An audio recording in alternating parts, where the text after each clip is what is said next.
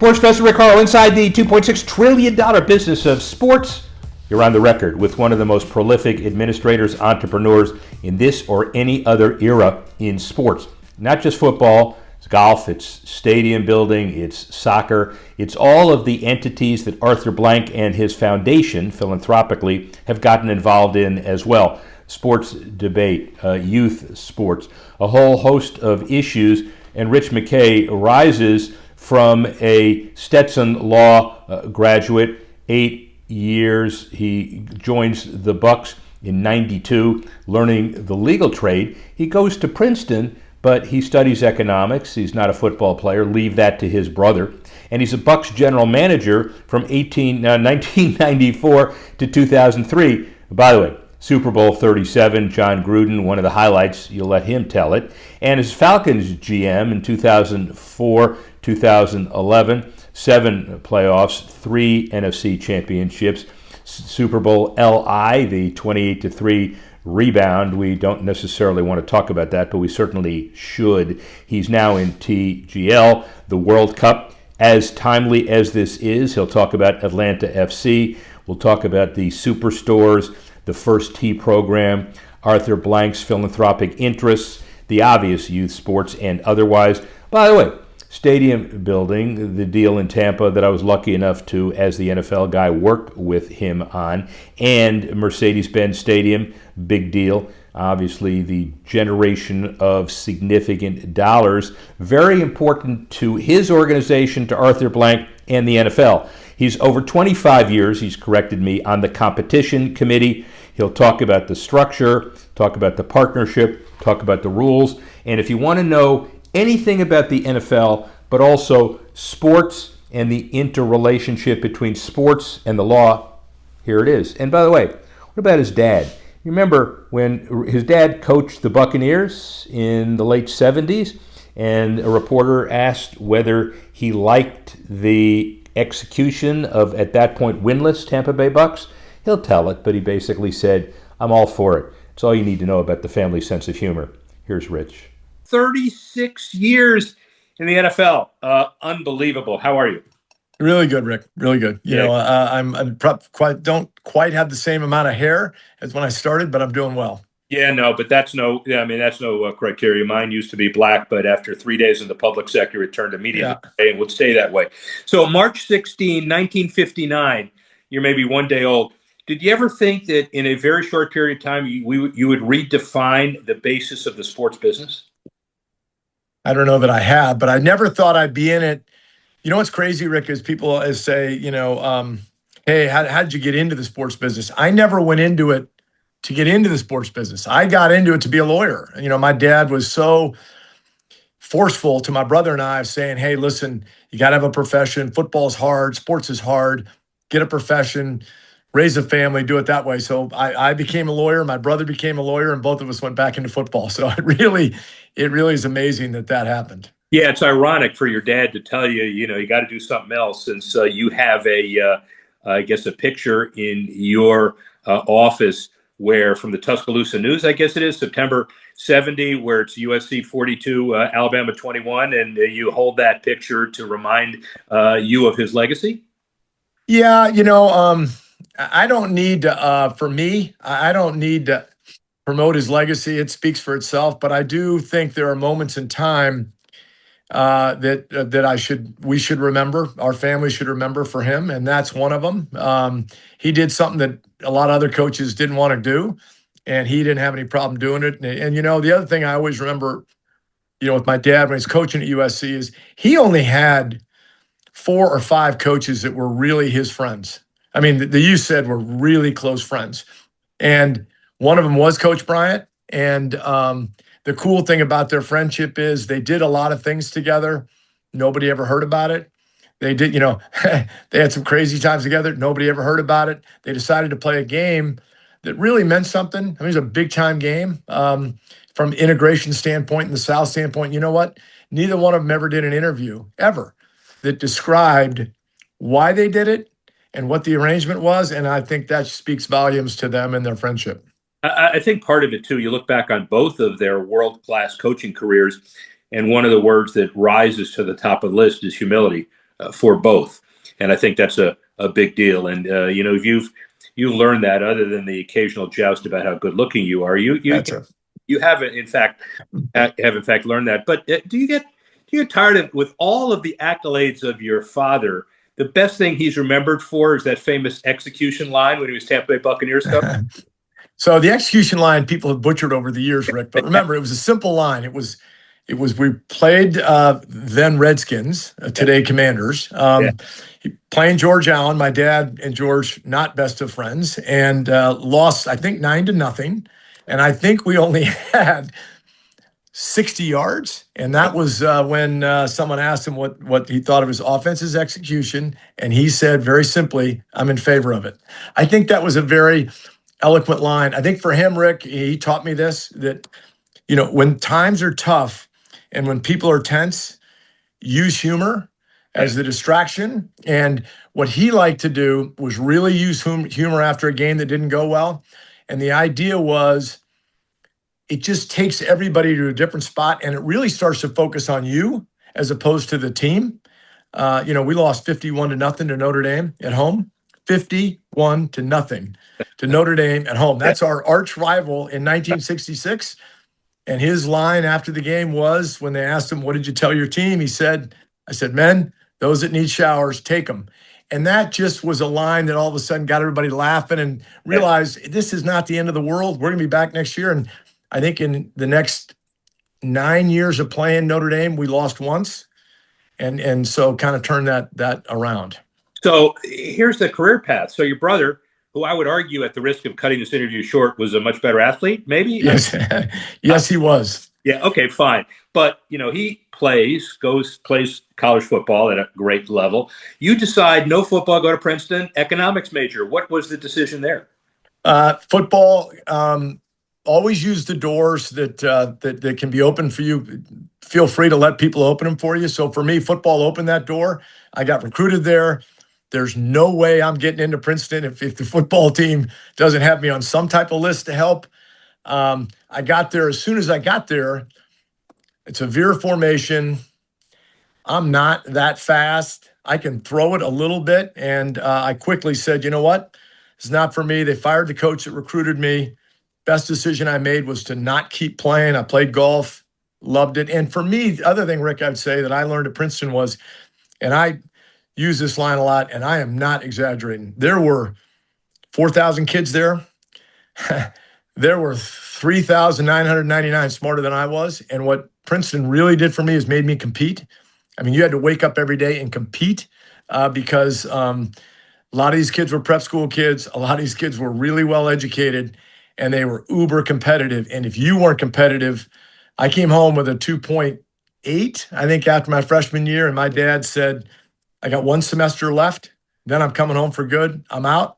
I don't want to see this, 2 point. That's not happening. And it didn't happen again. Well, it didn't happen again. And you have a great family. And it's 84. You go to Stetson Law, you graduate 84. 8 long years before you joined the Bucks in 92. Hail Hill, Ward, and Hendrickson. What kind of you practice? Yeah. So, Rick, before I go to the law firm, though, I will say, and I say this to people that have careers that take different paths. I spent 2 years as a federal law clerk. Those are the 2 best professional years I've ever spent in my whole career. And it was beyond Judge Hodges, what he taught me, the humility from which he, ran the bench. Those were 2 years were fantastic. Yeah. And by the way, I don't want to, this is not a primer for law students, but we had a lot of power as clerks writing those opinions back then. Nobody really knows how much power you got, right? Yeah. I mean, it was in my day, fun, but we were in the drug era. So there was just all this import and export business going on in Florida. Yeah. So we were trying, Judge Hodges tried a lot of cases. All the time. And that was very educational because you had some really good lawyers that were representing defendants. You had the feds who were prosecuting, and they don't tend to lose. Those were 2 great years. Then I went to work for a firm, Hill, Ward, and Henderson, which was a startup firm. I think I was the 8th person at the firm. Firm's still doing, knock on wood, great now. But the beauty of practicing law for me was small firm, do whatever comes in the door. I was going to be the great litigator. I wanted to do medical mal-defense. I was trying to put my hands in all that. Had a client come in, Mellon Bank, and say, hey, we've got this one file or two files we need you to help us with. I think when I left the firm, I certainly had over 150 files of theirs. They were my biggest client, and I loved it. They were a great client. I also was fortunate enough to have the owner of the Bucs call me and say, hey, would you like to represent the team? I said, well, let's see. I'm a first-year associate working in a copy room with Jimmy Robbins next to me, and would I like to? Let's see. The answer to that's yes. Yes, I will. Yes, I would. Yeah. So I did that. Yeah, so all of the common advice with people that I'm doing this with and will continue is, be intense, be driven, be directed, be disciplined, but just hang around. You'll be there. Yeah. And do, Rick, what I learned is do really good work on what you're working on. Yeah. And it will lead to other things. I mean, Mellon Bank to me was such a good client because everybody's like, well, why are you doing this? I said, hey, listen, this is a really good client. The next thing you know, I had 10 files, and I had 20 files, and I had 50 files. And, it was financially rewarding, but I learned a lot because the 86 Tax Act created some havoc in 88, 89, 90. And I was doing a lot of real estate work that was very educational for me.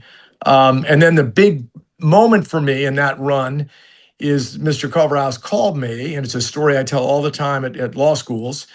He called me and he said, hey, do you want to do the lease extension for the Bucs and Tampa Sports Authority? And I told him, in a very honest way, I said, yeah, I'd love to, but I'm gonna have to get some partners to, help me. I mean, it's a big deal. And I really don't know landlord-tenant law. And he said, no, I didn't call to ask one of the partners. I said, are you going to do it? And I said, well, yes, I will definitely do it. I'll do it, but I'm going to need a little help. He said, so he hung up. And that night, Steve Story, who is a great friend, and Mr. Steve, he called me and he did not say nice words to me and said, what did you say to the old man? Why did you, And I said, listen, he said, no, he wants you to do this. Okay. Just you. And so I say to people all the time that sometimes you get things and you think, oh, this isn't up my alley. Oh, this isn't great. You know what? Do them and do them really well.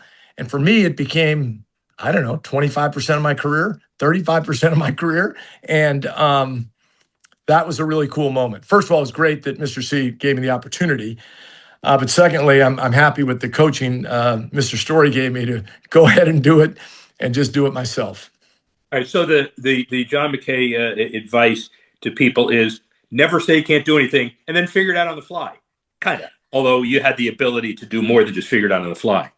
But the thing you've got in a situation like a law firm is you have surrounding incredible knowledge, right? And so if you decide to own it and go through it, all you got to do is every night, well, I don't know anymore with people working remotely, but in our case, it was every night going into those partners' offices and saying, okay, here's what I did. Here's what I was working on. And they say to you, well, that was stupid. Okay, you shouldn't have done this. You should have done that. And it's a great way to learn. Don't be scared of the assignment. And don't think, oh, this isn't up my alley. I want to do this. I want to do medical mal. Great. You can do medical mal. You can't get any clients. How about we do what comes in the door?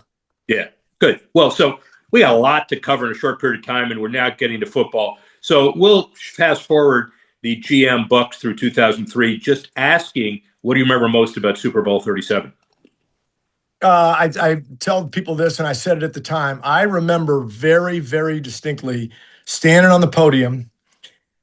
It's a crazy feeling, Rick, right? I mean, you've reached the pinnacle of what you think is your profession and everything else. And all I could think about was all the people that had put me in that moment.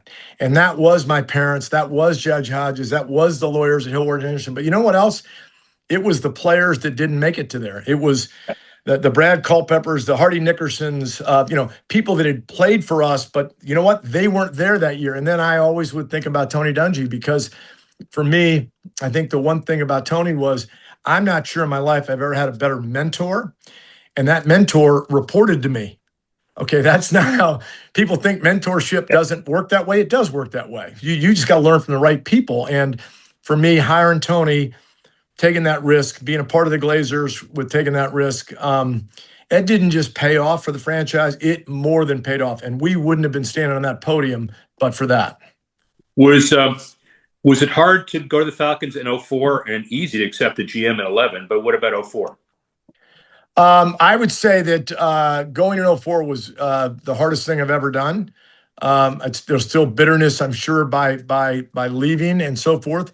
But I think in the end, one thing you have to do is you have to be okay with what you're doing, how you're doing it, and how it's impacting your life. And for me, I had a lot of things going on that were unsettling to me.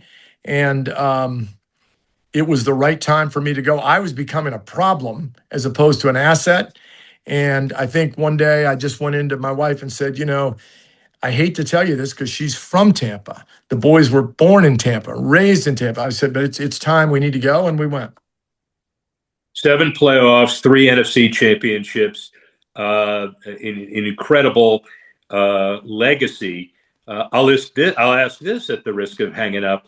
So at halftime at 28-3, were you practicing your speech like you were standing on the podium again? No, it's funny. I was sitting next to Governor Deal, who was the governor at the time of Georgia. And, he said, what do you think? And I said, this is just a hard place to be. I remember very, very distinctly that in the Bucs Super Bowl in '03, the '02 season, Keenan McCardle caught a little, fade stop to, touchdown. I don't know what we were up. We might have been up 21. We were up a lot, 17. And all these reporters came over and said, hey, can we just get a couple quotes and then we'll hold them and then we'll wait. And I remember Ira Kaufman and a couple other friends of mine were there. And I said, hey, dudes, get the whatever away from me. And I am not happy that you asked me that. So I don't ever get in that way. It was, listen, those are hard days. But for me, it's not that hard a day because I know how hard it is for the players and I know how hard it is for the fans. So I'm disappointed by the day, thrilled by the season that was there, proud of the players that were there, proud of the environment we had that year, what Dan Quinn created, Thomas created, Arthur Blank created, but the players created was really special. It didn't end great, but it, we were only one of 2 teams that were playing in that game. The others were home. Fair, but time healed. Would you have said the same thing the next day? Probably. Didn't watch. So I have about 3 renovations at my house that are expensive renovations, only because 12 months, no ESPN. Not once, no ESPN. Would not watch it, was fearful that I might see a replay. So I went to that home improvement channel, whatever that channel is. I watched everything and I would take pictures of. I have a wine cellar that I literally copied because on Saturday morning I would not watch ESPN and I had to watch that. So yes, there are certain costs that come with it. That's an exclusive and I love that. So I'm looking at what happens in 2026 and I read an article, honestly, I'll send it to you, that you were no longer associated with the Falcons. And I'm thinking, this can't be true. This can't be. And I checked and there were a few other people right at the cusp that didn't understand the promotion and the Arthur Blank commitment and realized that, not only new blood with the Falcons, but it's an absolute promotion. TGL, World Cup, Atlanta FC, the stadium, the old stadium, the new stadium, youth sports, pretty good gig, huh? Fantastic. And listen, in life, you're supposed to have succession planning. Arthur is a big proponent of it. And for us, it's been great. I've got, Tim Zalowski is the president of AMB here at the stadium with me. Tim's worked for me since he literally was here when I got here. And Greg Beatles is now the president and CEO of the Falcons. Beatles has worked for the franchise for 29 years. So that's the way it's supposed to work. So good for me. I'm plenty happy with what we're doing. We got a lot on our plate, Rick, a lot. It's a blessing to have somebody like Arthur because Arthur looks at tomorrow like tomorrow can be bigger than today. Never looks at it that it can be smaller. Yeah. So there is a fraternity that I'm going to loosely organize. It's Al Guido, it's Garfinkel, it's Mark Donovan, it's Mark Lamping, it's Dawn Aponte. These are all people who have pipelines directly to the owners, have a business relationship.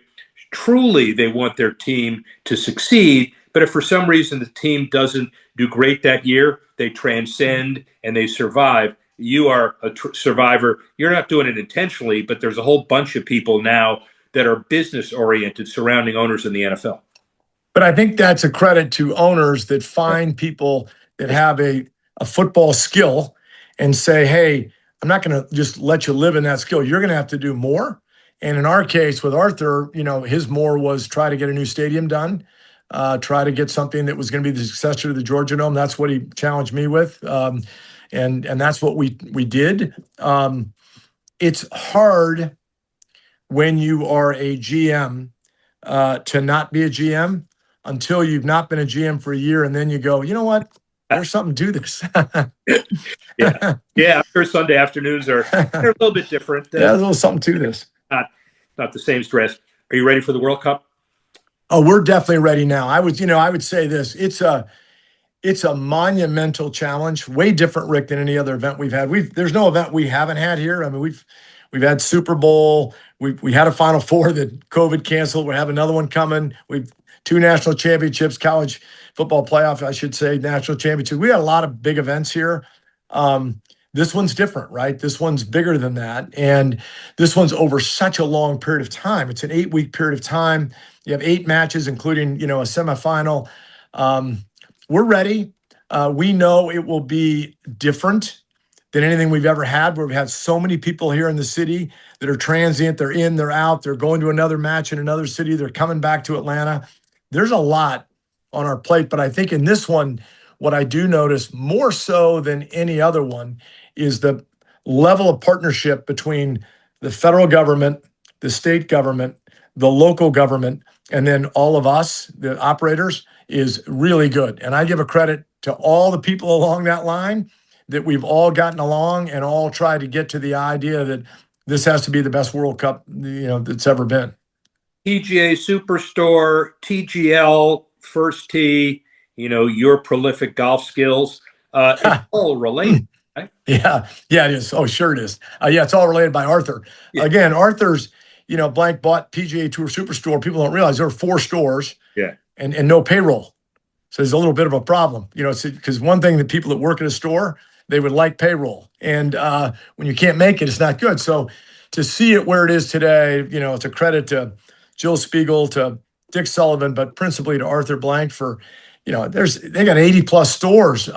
Just opened another one down the street here. I mean, it's really doing well. Largest golf retailer in the world.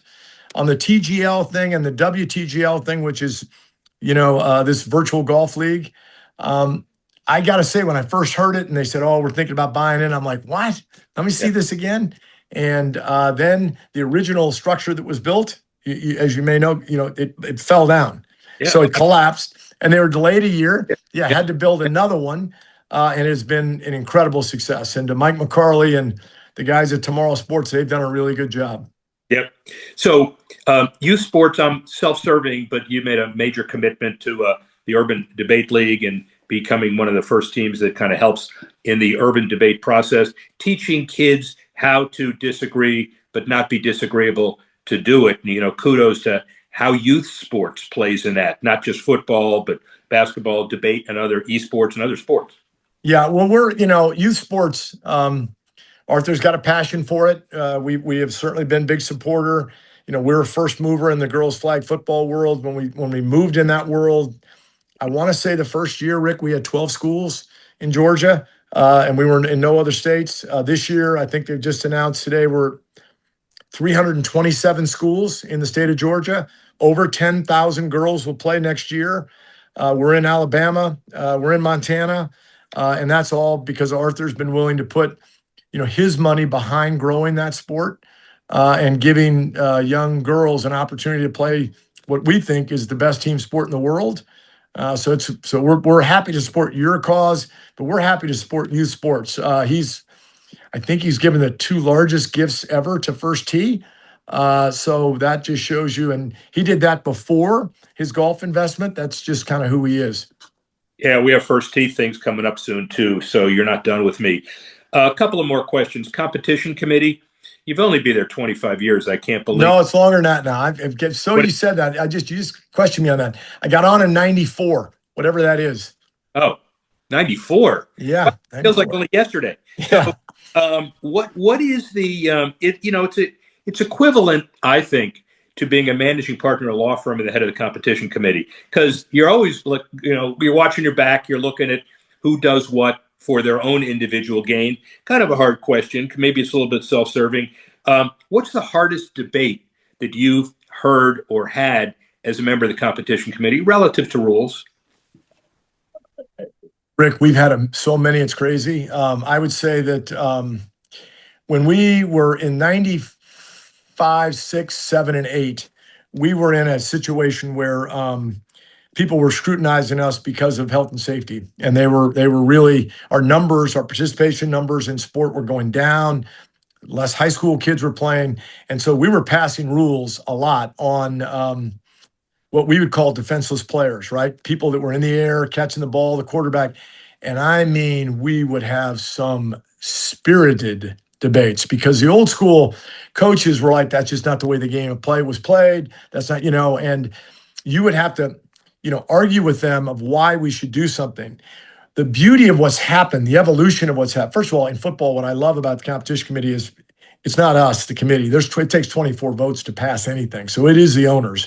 But the thing I like is we don't wake up ever. Nobody wakes up on that committee ever and walks in with a logo on their shirt. Nobody comes in and says, hey, this is in the best interest of the Falcons or this is in the best interest of the Giants. And that's a really cool thing. The other thing is we're willing to change anything because the ultimate objective is to make the game as entertaining and competitive as possible for the fans. And so, we always are trying to make sure we're paying attention to that. But I think that the game of football has benefited by the fact that you have had a ton of owners and a ton of coaches that as much as history would say to them, don't change this, they change it.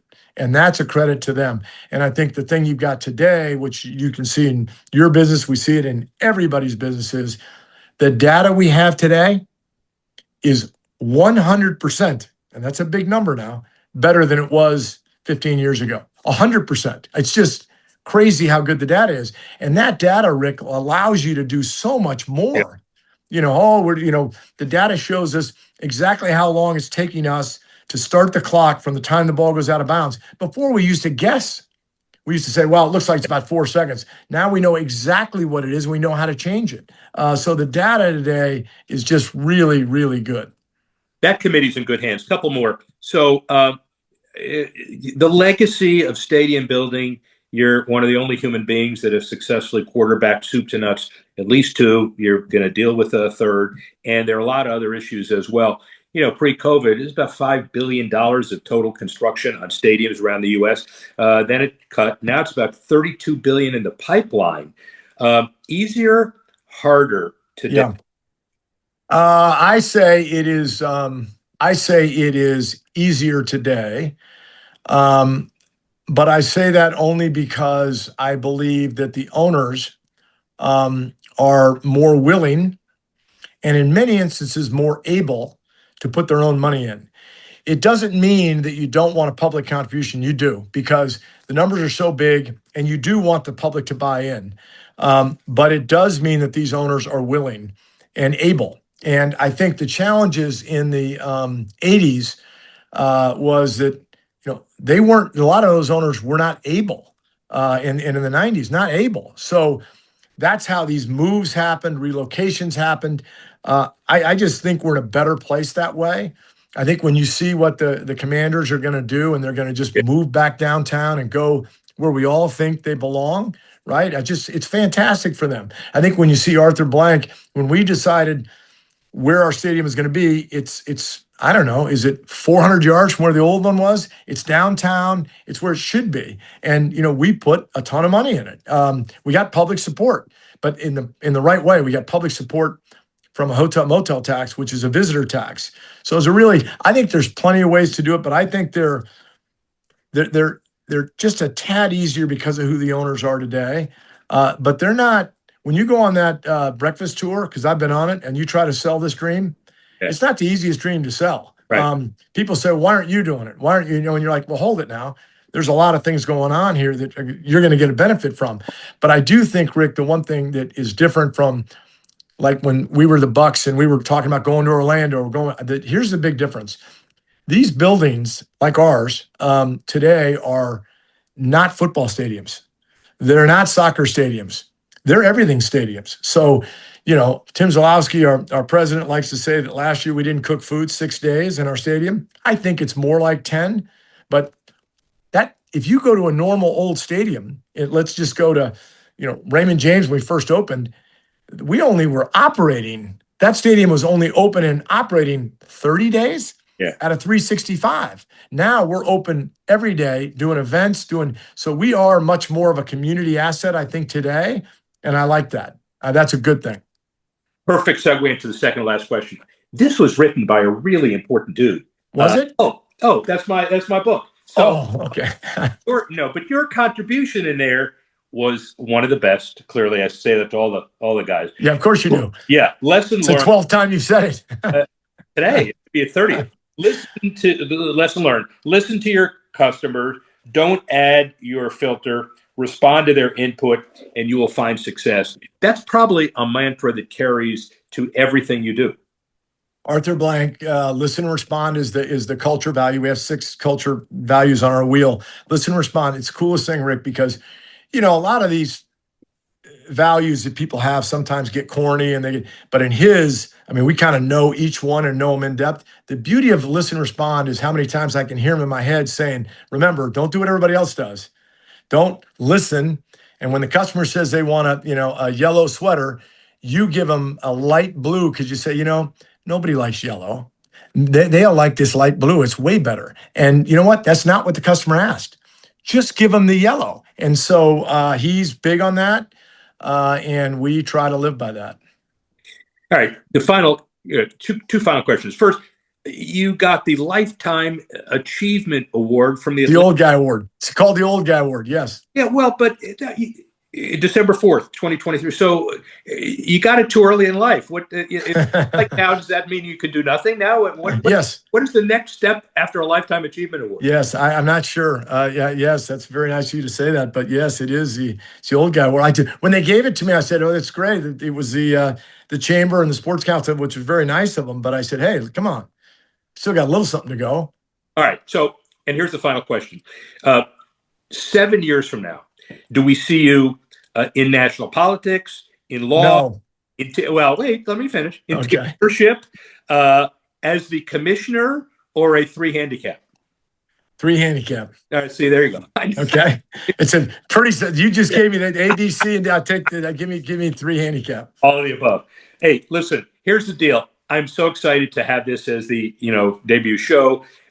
Onward and upward. We got a lot of things in the hopper. Really appreciate your time, and as always, you're a great friend. Thanks again, Rick. I appreciate it. Appreciate you having me. You're on the record, and what we're talking about today are significant issues led by the World Cup, NHL, NBA over and ready for the next season, Major League Baseball into their no excuse summer, school's over, let's see the attendance increase, the playoff hunts for other sports, and clearly getting ready for football, as we always do. So let's look at the opening drive, 1 through 5. Number 1, kudos to Fox. $22 billion agreement to acquire Roku in a cash and stock deal at $160 per share, uniting Fox's live sports and news portfolio. Now we have Fox One, Tubi, and Roku, 100 million plus global streaming households, to create the 3rd largest U.S. television company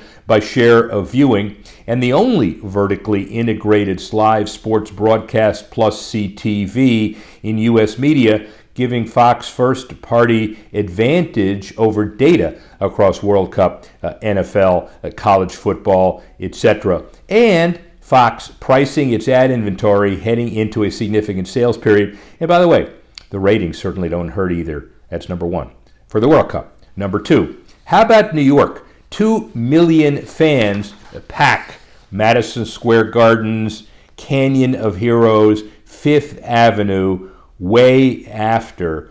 And the bottom line is that the Empire State of Mind at City Hall, Alicia Keys, the redoing of the deal with Jalen Brunson. Now they've got Brunson and Hart and Mikal Bridges and OG Anunoby and Cat there for next season. Don't even have to talk about repeat We talk about who's there to see what happens over time. This is a story that affects the boardroom, not only all of the other issues involved. That's number 2. Number 3, MSG Entertainment faces a proposed class action lawsuit after cybercrime group Shiny Hunters publishes 45 gigabytes of data, up to 26 million visitors, including the biometric facial recognition records from Social Security numbers, 3 days after the Knicks won the NBA championship,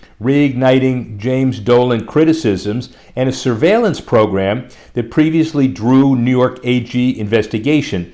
The database arriving 3 days after the Knicks winning the title is a reputational and legal crisis that the Dolans have to overcome, but they've been through crises before. We'll see what happens. That's number 3. Number 4, how about hockey? A 74-year run with Hockey Night in Canada by CBC comes to an end. Rogers Sportsnet declines to renew its sub-licensing agreement with Sportsnet to air Saturday NHL games exclusively under Rogers' new 12-year, $11 billion Canadian rights deal, significantly reducing over-the-air access to Saturday night across Canada. They've relied on it, especially in rural Canada, since 1952. Don Cherry, a household name. We'll have to see how that all shakes out for rural Canada. That's number 4. Number 5, how about golf? Well, kudos to Wyndham Clark. He wins by 1 stroke, but he also beats the New York heckling fans. This is not like Rory at the Ryder Cup, because this is quote-unquote one of their own. Sam Burns, they wanted a close match. Maybe Wyndham Clark is too vanilla for the fans, but what a gutsy performance. And what a gutsy performance by NBC and their ratings and a $22.5 million purse. Obviously, the USGA very happy with how Shinnecock turned out. Kudos to Mike Wan. And at the same time, LIV Golf CEO Scott O'Neill can't guarantee that he's going to have any of the last few tournaments after he's got to raise, basically at the drop of a hat, about $250 to $350 million after they basically pull out.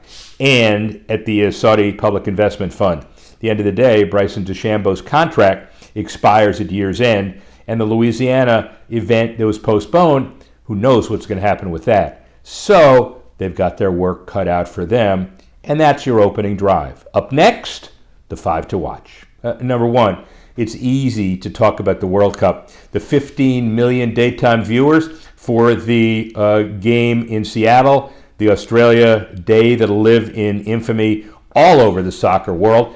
And it's important for Fox and Tubi and Telemundo with their new deal and those numbers after a revision up to 18 million for the U.S. win against Paraguay. And at the end of the day, it's a big deal because the Group 1 stage matches only get bigger. U.S. clinches its berth, winning the group, on to Santa Clara. That's number 1. Number 2, Kalshi CEO says that the sports prediction market may be heading for the Supreme Court. 8 states have sued the CFTC over federal jurisdiction.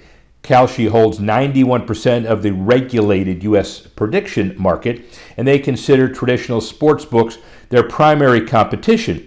And at the end of the day, are they competition? What happens with Polymarket? And all of those issues may be decided legally, not necessarily in the boardroom.